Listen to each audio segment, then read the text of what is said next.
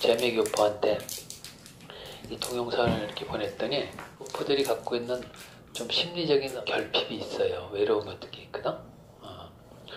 근데 그걸 미국 사회에서 상담을 못 받는 거야. 상담 치료를 받으려면 또 언어적인 것도 있고 뭐 여러 가지 조심스러운 거야. 전 세계에 있는 뭐 독일, 일본, 프랑스, 미국 이 신세계인 거야 그 양반들한테.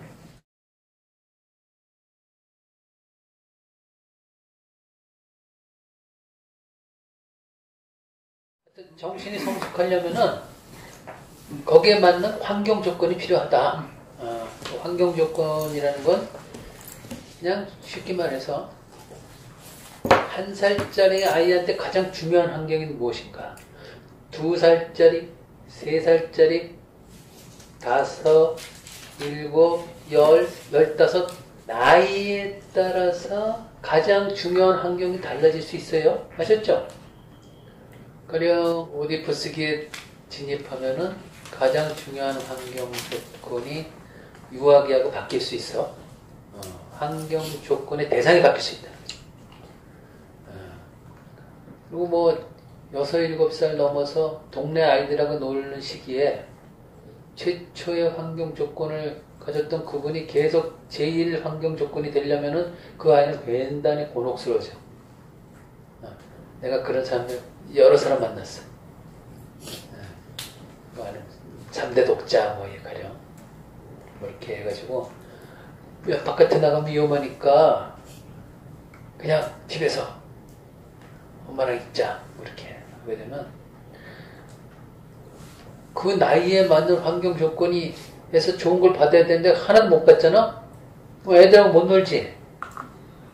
그러면 그 엄마하고만 그 아이들하고 놀 때 아이들하고 관계하지 못하게 되면 그 사람은 나중에 커서 어떻게 되겠어요? 그 나이에 맞는 환경 조건이 다 다른 거야.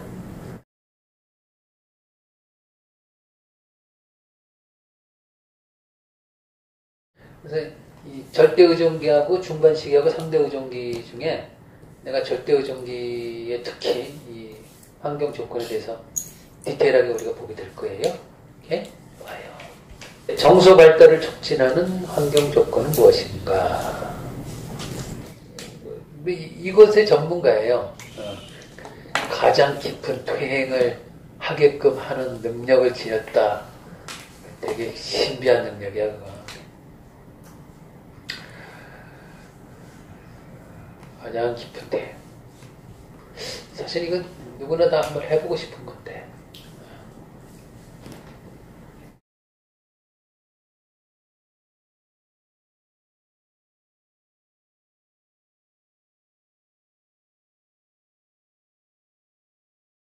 체면도 아니고 어떻게 하는 거예요? 체면으로 하는 것이 오히려 이걸 신뢰할 수는 없어. 체면사가 가장 깊은 퇴행을 할 수 있게 하는 정신보다 어떻게 배경 조건이 없는 상태에서 하나의 메카니컬한 테크닉이야. 기술이지. 해가지고 어떤 상태로 이렇게 주는 거야. 내가 그 프로그램을 한번 이수를 한 적이 있거든. 근데 그 이수 10몇 번 한 과정에서 정말 그냥 테크닉이야. 근데 정작 깊은 퇴행을 했을 때 이 대상이 보이는 이 여러 가지 반응에 대해서 어떻게 해야지 좋을지에 대해서 이론적 이해가 없는 거지. 그러면 이 깊은 퇴행이라는 게 예전에 님이 막 추위도 느끼고 했던 그런 정도의 퇴행인가요?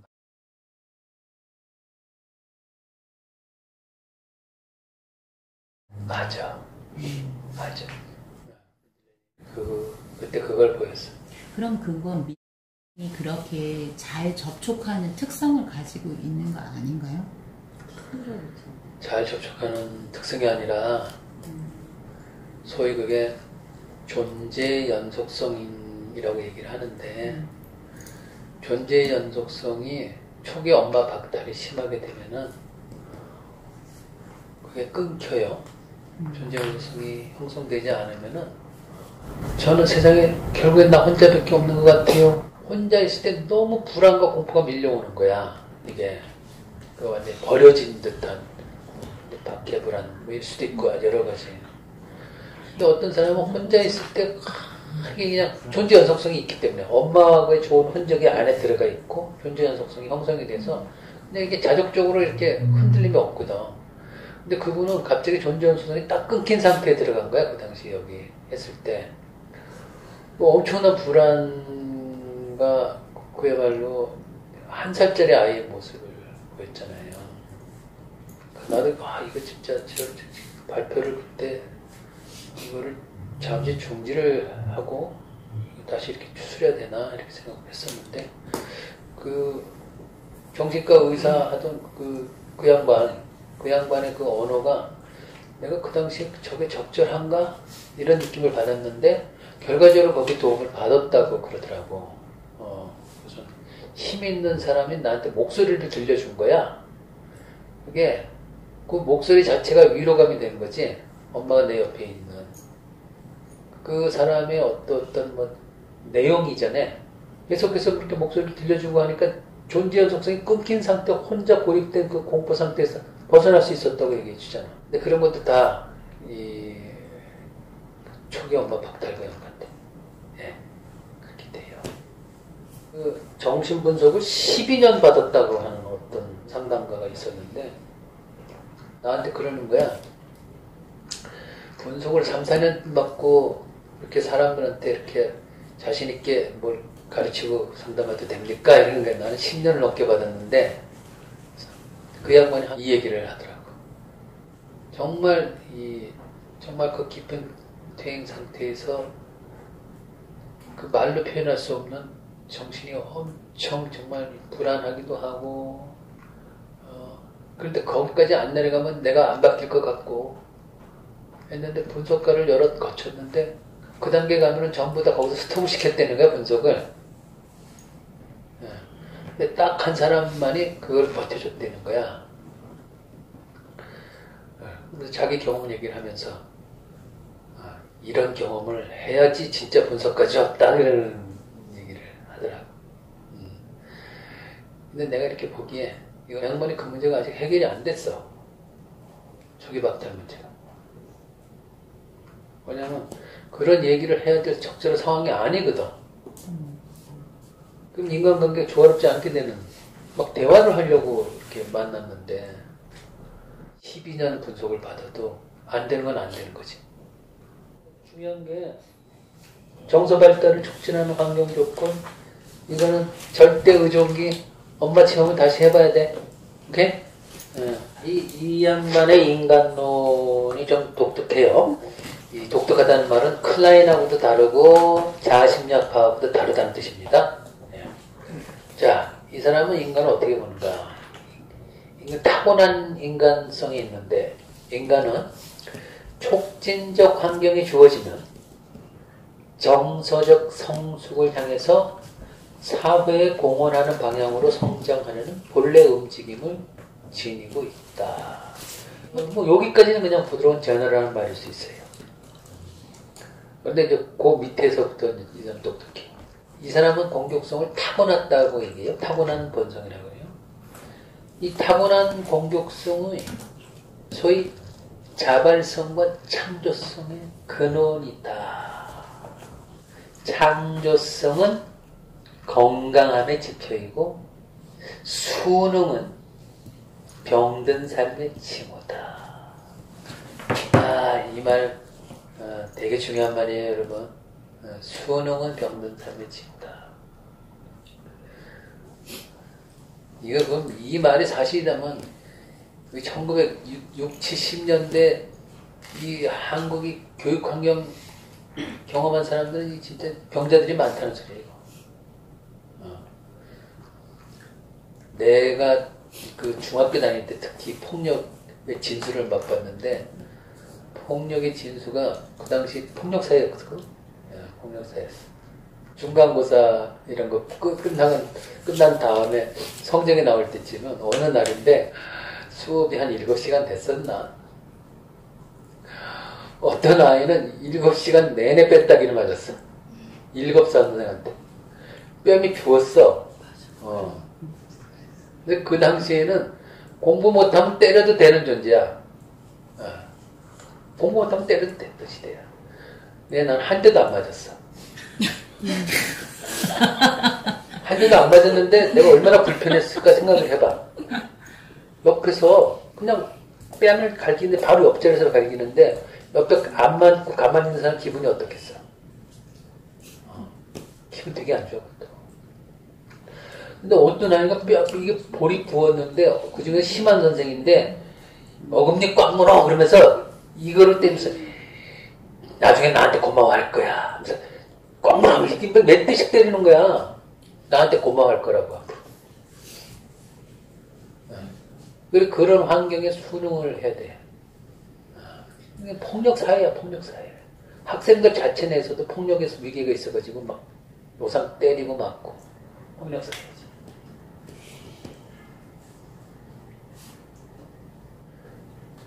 그 환경에 순응을 못하면은 더 괴로워지지. 순응을 해야 돼. 여기서 말하는 수능하고는 약간 좀 뉘앙스가 차이가 있는데요, 선생님?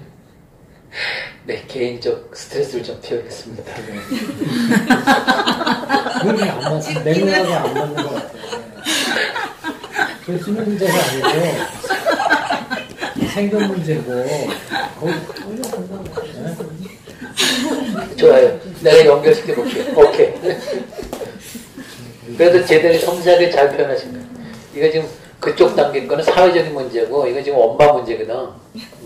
조금 앞서 나갔어요. 자, 여기서 수능. 여기서 수능은 사실은 아까 얘기했던 그냥 조용하고 착한 아이 있잖아요. 이 아이는 너는 1살 때부터 효녀였어.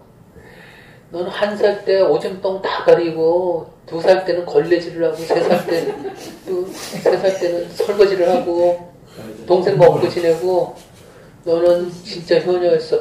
이런 분들이 있다니까. 이렇게 산 분들이 있어. 뭐 완벽한 효녀지. 심지어 엄마를 위해서 모든 자기 받은 월급을 전부 엄마 명품 옷, 명품 뭐 치장을 엄마를 다 해드리는데 자기는 그냥 10,000원짜리 옷을 입고서 살아 평생. 엄마가 잘 돼야 내 불안이 없어지기 때문에 그래. 엄마가 잘못되면 난 세상이 무너지는 것 같아.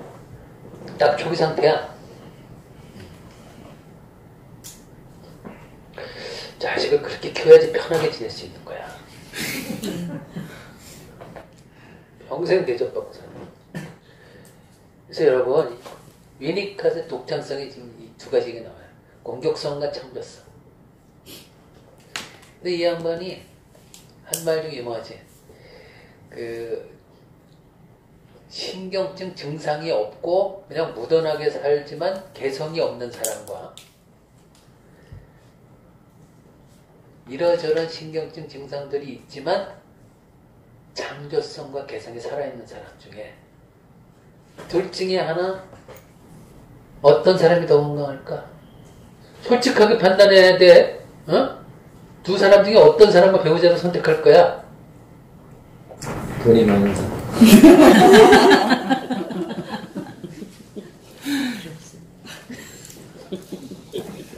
돈은 똑같다고 칩시다. 그러면. 어떤 사람 택할 거야? 말로 표현하는 건 다 허공에 날아가 버려. 실제로 택하는 게 진짜 마음이야.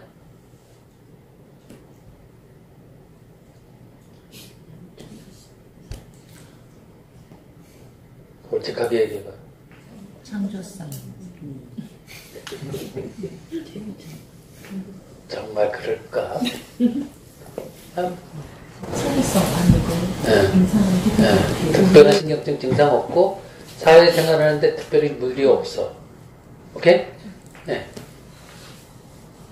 네. 그런데 위니캇은 자, 보통 그때 그 당시에 그런 사람이 자아 심리학에서는 더 자아가 안정돼 있다라고 본 거야. 이럴 때 자아심리학 편도 들지 않고 클라인 편도 들지 않으면서 제3의 입장으로 이 사람이 개성 있는 말을 써다낸 거라고. 그래서 위니컷이 나는 증상이 없고 그럭저럭 이렇게 사람들한테 순응하면서 지내는 그 사람보다, 그런데 개성이 없는 그 사람보다 이러저런 증상이 있고 뭐 약간은 자기도 불편하고 뭐 하여튼 뭐 있지만 개성이 살아있는 사람, 나는 이 사람이 더 건강하다고 본다, 이렇게 얘기를 했다니까. 자아심리학 입장은 많이 다른 거라고. 동영상 보다가 그 김어준이라고 하는 사람의 동영상이 나와서, 근데 그 사람이 전형적인 위니컷이 좋아할 만한 사람이다. 봤어요? 동영상? 어때? 그 딴지일보 사장인가? 그 말을 그렇게 재밌게 잘하대. 어떻게 그 말투가 개성이 철철철철 넘치는 거야. 봤어? 김어준? 동영상 봤어? 어때요? 솔직하게 얘기해. 그런 사람하고 살면 어떨 것 같아? 전 못 살아요.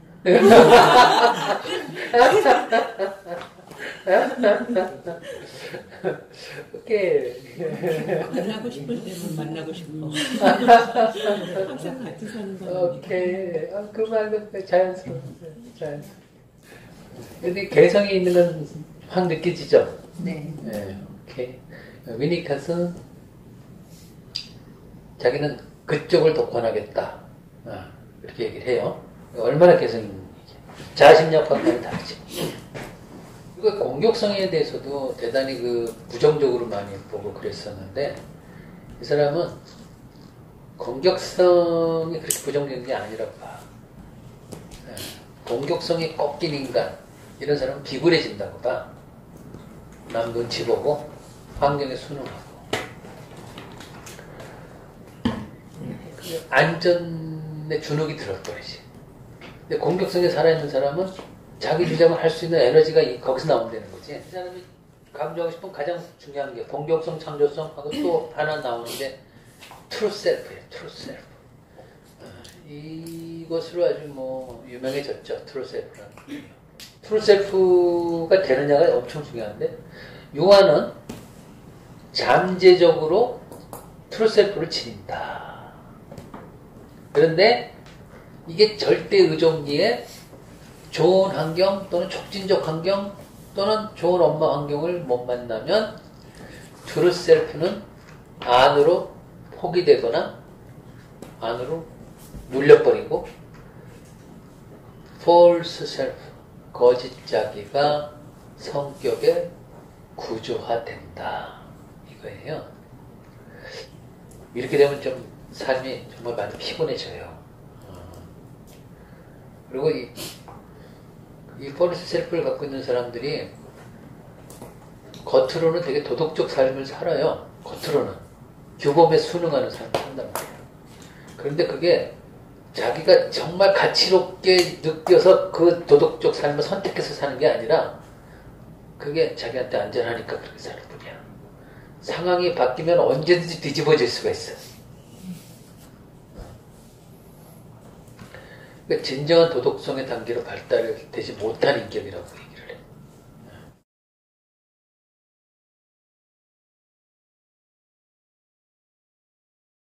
해. 가령 지나치게 효도하는 거 있잖아요. 자신을 위해서는 조금 더 뭘 쓰지 못하고 그냥 죽을 때까지 효도만 하고 지내는 어떤 딸일 수도 있고 자식일 수도 있고, 그런 사람 갖고 싶지 않으세요? 다니엘라님 어떠세요? 재미없죠. 아, 그래요? 재미없다 그래도 현실적으로는 속마음을 표현해보세요.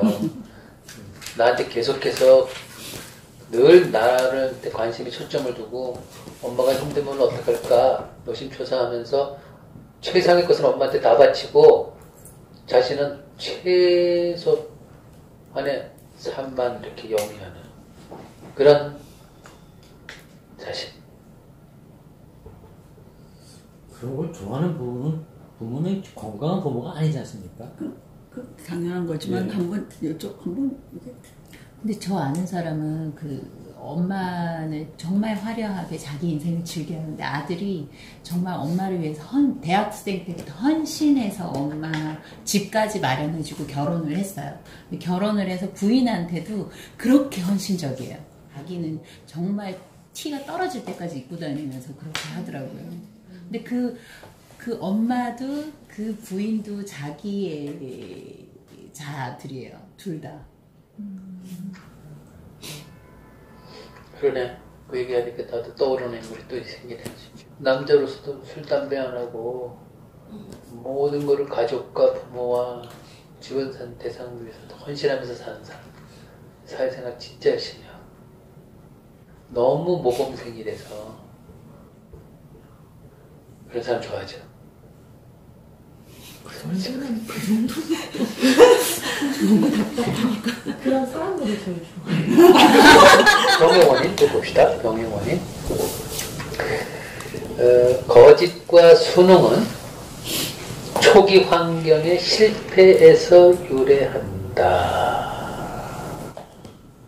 진심이 소통되는 마음이 있어야지. 무엇을 하든 그 사람이 무엇을 하든 진심이 소통되고 또 진심을 표현할 수 있는 뭔가를 갖고 있는 사람.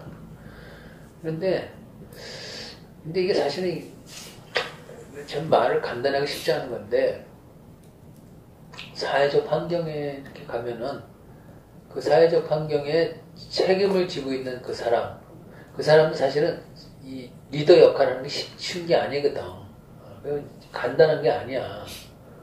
근데 그 리더와 구성원들 사이에 그래도 진심으로 소통이 있어야지. 근데 미리 자기 표현을 안 하고 그냥 리더의 욕구에 자기를 맞추는 거지. 그러면 뭐 또 생산적인 창조적 발전이라는 게 별로 없잖아. 상호 좋은 게 있어야 되는데 우리나라 사회는 그 집단 리더에 맞추는 쪽으로 힘을 하나를 모아서 전 세계 경쟁하는 걸 목표로 삼았어. 지금까지는 그랬어. 근데 이제는 이제 그러지 않아도 되는 환경이 이제 된 것 같아. 이제야. 아닌가? 나 혼자 얘기하는 듯한 느낌이 갑자기 들지? 안 바뀌었나? 옛날보다 이쪽에 아직 더 남아보지. 하여튼 권력의 탐욕을 지닌 사람들한테 정직한 얘기하면 꼭 마찰이 일어나가지고 장짜리 하려고 하는 사람 중에 나르시스틱이 너무 많아. 나르시스틱한 사람들이 조직의 보스가 되면 그 사람을 맞춰주는 사람을 좋아할 수밖에 없거든. 근데 내가 이렇게 경험을 해봤더니 10사람 정도 모아가지고 셈이나 집단을 꾸리는 것조차도 그게 간단치가 않아. 개인의 정서 발달과 환경의 발달이 같이 잘 이렇게 병행해서 나가야 된다. 환경의 발달 없이 정서 발달은 없다. 환경의 발달 없이 자아 발달도 없다. 그리고 환경의 발달은 개인의 어떤 환상이나 이런 거 이전에 그건 가장 원초적 팩트다. 그 환경의 그 영향을 너무 강조한다는 느낌이 받거든요, 저는. 그러니까 그걸 이제 조사를 해볼 수 있는지 없는 문제인지는 모르겠지만 똑같은 환경에 접해서도 개인마다 개성이나 타고난 것에 의해서 영향을 덜 받거나 어떤 경우는 안 받거나 어떤 사람도 심하게 받거나 그럴 수도 있고 뭐 극단적인 환경이라면 뭐 대부분 다 거기에 좀 종속이 돼 있지 않을까 싶은데 그런 변인들이 좀 있지 않나. 개성과 다양성이라는 게 분명히 인간 안에 내재하고 위니카도 그런 말을 했더라고요. 상담실 안에서 이 내담자가 만났을 때 참 인간 내면의 신비함이라는 거 이를 말할 수 없다. 스스로 그렇게 단정적으로 인간을 규정할 수 없다라고 얘기를 하는 그 규제를 읽었는데 그런 부분들이 저는 조금 너무 지나치게 환경을 강조하는 게 아닌가 그런 느낌이 있어서 저는 좀 약간 납득하기가 어려운 부분이 있습니다. 오케이. 근데 여기서 환경은요, 우리 지난 시간에 설리반 했을 때 그 사회 문화적 환경 얘기했잖아요. 보이지 않는 거. 그 사회 문화적 환경보다 한 살 아이한테 가장 중요한 환경은 엄마예요. 일단 한 살 아이는 이자 관계를 하는 그 1대1 관계를 하는 그런 상황에서는 환경이 최초 대상이죠. 그런데 3자 관계를 하기 시작하는 그 오디푸스기나 어떤 그 상대적 의존기 이 시기에는 환경이 소위 우리가 어른들이 알고 있는 좀 넓은 의미의 환경이에요. 그러니까 이 양반이 말하는 환경, 심리적인 환경은 의미가 대단히 다양해요.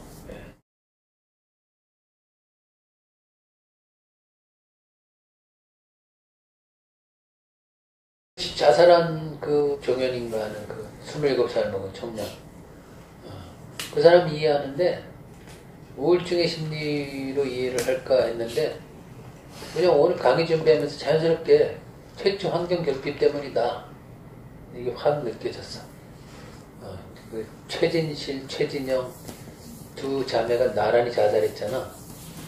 최초 환경 박탈이 심해가지고 그 유일하게 정서적으로 연결됐던 그 누나가 세상을 떠나니까 홀로 되는 느낌 확 되는 거지. 최초 환경 박탈인 거야. 너무나 확연히 느껴지더라. 교수님이 말씀하셨을 때 그 종현 사례에서 그 종현은 이런 창조성이나 이런 거는 갖고 있다고 했었잖아요. 그렇지. 맞아. 근데 그 창조성이 있는데도 불구하고 여기에 속할 수 있는 건지. 그러네. 그거는 좀 그래서 단순하게 보면 안 될 것 같아요. 그러니까 창조성이 살아있는 거는 우리가 되게 꽤 창조적이더라고. 난 주목도 안 했는데 작사 작곡 스스로 하고 그 DJ 하는 그 마지막 그 방송 이렇게 음성을 들어봤더니 눈물을 흘리면서 글을 보내준 사람한테 따스한 말을 이렇게 전하는데 불안을 겪어본 사람, 내가 젊었을 때 불안이 좀 제법 겪어봤거든. 불안을 겪어본 사람이 할 수 있는 그 따스함이 나오는 게 있어. 그게 나오더라고. 그래서 이 뭔가 창조성이 살아있어서 받은 건 있는데 이 위니캇이 창조성을 얘기할 때요. 이게 약간 제가 읽은 부분인데 어떤 특별한 재능이 있다고 창조적이라고 이걸 창조로 보는 게 아니에요. 이 사람이 말하는 건 창조적인 사람은 항상 모든 것이 창조적이다 그러는 거예요. 참자기의 창조성이라고 하는 것은 어떤 한 재능을 얘기하는 게 아니에요. 인격, 자기의 문제이기 때문에 그것이 어떻게 표현돼도 뭐 집안일을 해도 뭐를 해도 다 마찬가지로 창조적으로 한다는 거예요. 그래서 어떤 재능의 창조성은 약간 다른 거예요. 이 사람이 말하는 재능, 창조성. 그게 저의 그 말에 굉장히 감명받았는데 그러니까 창조를 그렇게 정의하는 게 별로 없어요. 근데 그게 딱 들으면서 이게 맞다라는 생각이 들었는데 사람 자체가 창조적이라는 거예요. 어떤 재능의 문제가 아니라는 거예요. 와, 일단 저 말이 유니크에 더 가깝게 내가 느껴져. 오케이? 정말 되게 좋은 말이에요. 그렇지만 그것도 참 좋고 그러나 가사를 창조적으로 쓸 수 있고 그리고 그 가사를 그 나름대로 이렇게 보컬을 하면서 그걸 이렇게 누구를 모방한 몸짓이 아니야. 자기만의 몸짓을 이렇게 하고 그리고 이런 것에는 분명히 지금 표현하신 그런 의미의 창조성도 난 담겨 있다고 봐요. 만약 고호 같은 사람도 마찬가지죠. 고호나 또는 그 프란시스 베이컨이나 이런 사람들도 그 사람한테 정말 뭐 여러 가지 인격적 결함들이 되게 많고 그렇지만 그 사람의 표현, 내 세상을 내 방식대로 표현해보고 살다가 죽고 싶다. 꼭 이걸 한번 해보고 싶다. 그 독특한 개성이 담긴 뭔가 표현했거든. 그 안에는 창조성이 살아있는 거예요. 그래서 프란시스 베이컨이나 고어 같은 사람도 보통의 개성은 없지만 특별한 증상도 없고 무던하게 사는 사람보다 이런 사람이 나는 더 나은 면이 있다라고 얘기하고 싶다. 뭐 이렇게 나오는 거지. 근데 고어랑 같이 살라 그러면 못 살 거야. 그건 사실이야. 건강성의 척도에서 창조성이 살아있는 사람이 거짓짜기보다는 훨씬 낫다 이거야. 고흐 같은 경우는 굉장히 종교에 심취하고 굉장히 고리타분한 인간이었다고 평을 하더라고요. 그런 것들이 불안해서 올라와서 그런 어떤 성격, 겉으로 보이는 그런 성격이나 그런 종교에 심취하고 그런 걸까요? 일단은 불안이라는 요소도 항상 같이 들어가죠. 그 불안이 없으면 사회적 관계가 다 그렇게 됐을 때 그렇게 그야말로 모든 걸 전념해서 그림 그리려고 할 수가 없어요. 불안이 그 사람한테 반드시 어떤 탈출구를 마련하지 않을 수 없게 만들고 그것에 대해서 뭔가 지향하게끔 하는 추동력도 만들어요. 근데 그 불안이 어떤 불안인가를 좀 잘 봐야 돼요. 너무나 압도적인 불안일 경우에는 그냥 어떤 강박적 행위로서의 어떤 자기 방어적인 그 증상 행위를 나타내는데 그 압도적인 불안이 어떤 뭐를 갖고 있으면서도 그 사람이 그 표현 내용은 강박적이지 않고 뭔가 창조성이 있다는 거죠. 세상을 바라보는. 그래서 그 불안이 있는 건 사실이지. 불안 때문에 사람하고 관계 못하는 거야 사실. 오늘도 또 제 스스로가 다중이라는 생각이 드는데 그러니까 저는 이제 심리검사 이런 거 하면은 성격검사 이런 거 하면 굉장히 창조성이 높은 걸로 나오거든요. 진짜 저 스스로가 생각해도 굉장히 창조적이에요. 삶 자체가 이렇게 뭐 하여튼 꼭 남하고 달라야 되고 좀 그런데 근데 그런 반면에 또 굉장히 수능적인 면도 또 강하더라고요. 그러니까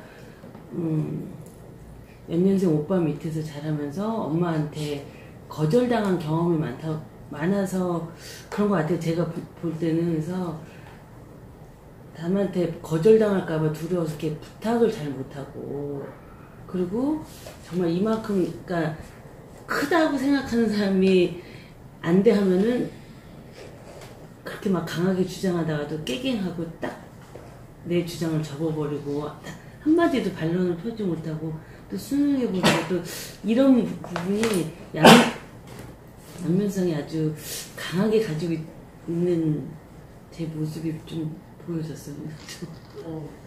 수능인지 적응인지 좀 모호하네요. 적응적 느낌도 많이 나고 사회적 활동도 다양하게 하시고 내가 보기 적응적 측면이 더 많이 느껴지는 것 같아. 자, 이게 독특한 그 개성을 지닌 정신분석가인데 하여튼 앞으로 좀 디테일한 건 앞으로 같이 한번 들어가 봅시다. 수고했어요. 감사합니다. 네.